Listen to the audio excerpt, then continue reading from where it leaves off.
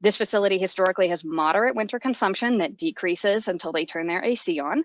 Then they have a big spike and it stays high all summer. The blue in this graph is the actual measured energy consumption, and the red starts when they implemented their energy efficiency project. That's that avoided energy consumption, or what would have happened had they not done the project, which is an estimate, and a year-round project is expected to have a moderate winter and shoulder season impact and a big summer impact for this project. Let's zoom in at what happened during COVID. The next slide. If you look at the difference between the actual consumption and the baseline consumption here, you'll see that it's a much bigger difference during COVID than it was throughout the rest of this reporting period. So when I'm first doing my analysis, I say to myself, I think I have an on-routine event, but I need to confirm it. So I'm going to go to my QSUM graph and look at the numbers. Next slide. Looking first at the QSUM, or my savings, I can see that this site started off with a pretty consistent slope, and then they had a dramatic change right where the blue gets darker. Then I can look over at my model savings and see that although I expected to save 5,000 kilowatt hours on this site, I'm measuring 8.4 thousand. The rest of the model fitness metrics are okay, not amazing, but they'll pass. But due to the difference in the savings from what I expected and this change in slope in my QSUM, I've confirmed that I have a non-routine event and I'm going to deal with it. Let's go to the next slide. I decide I need to do something. I have to figure out what I'm going to do. So I open the NRA application guide and I go to table 6. Next slide. COVID is in my reporting period. So I have a couple of options for how to deal with this non-routine event.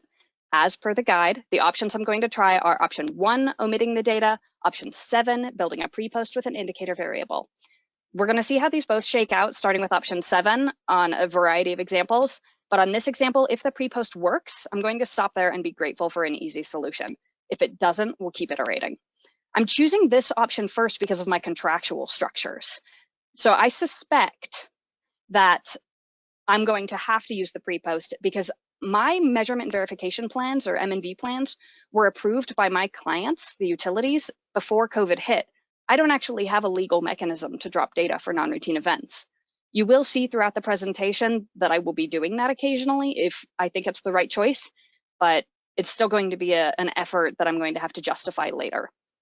So I'm going to default to option 7, and I want to point out that if I were an ESCO or a strategic energy management program, I would be attempting number 3.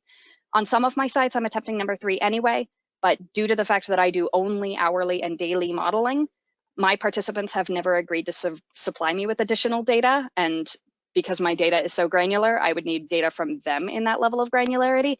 So it's just unlikely I'm going to succeed doing option 3, but it's the next one that I would try. So let's try NRE method number 7 on this non-routine event on the next slide. So this is our COVID example. What I want you to notice is how much closer that red line is hugging that blue line. It's letting me know that the energy consumption that I was expecting to save stepped down to account for that non-routine event. Let's check out the QSUM graphs. Okay, so before my NRE, you've already seen that one, my steep slope. After, it's not perfect, but it is much more consistent, and consistency makes me happy. So we'll go to the next slide, check out the numbers. And my model savings, rather than being 8.4 thousand kilowatt hours, are down to 5.7, which is within my tolerance. And the rest of my metrics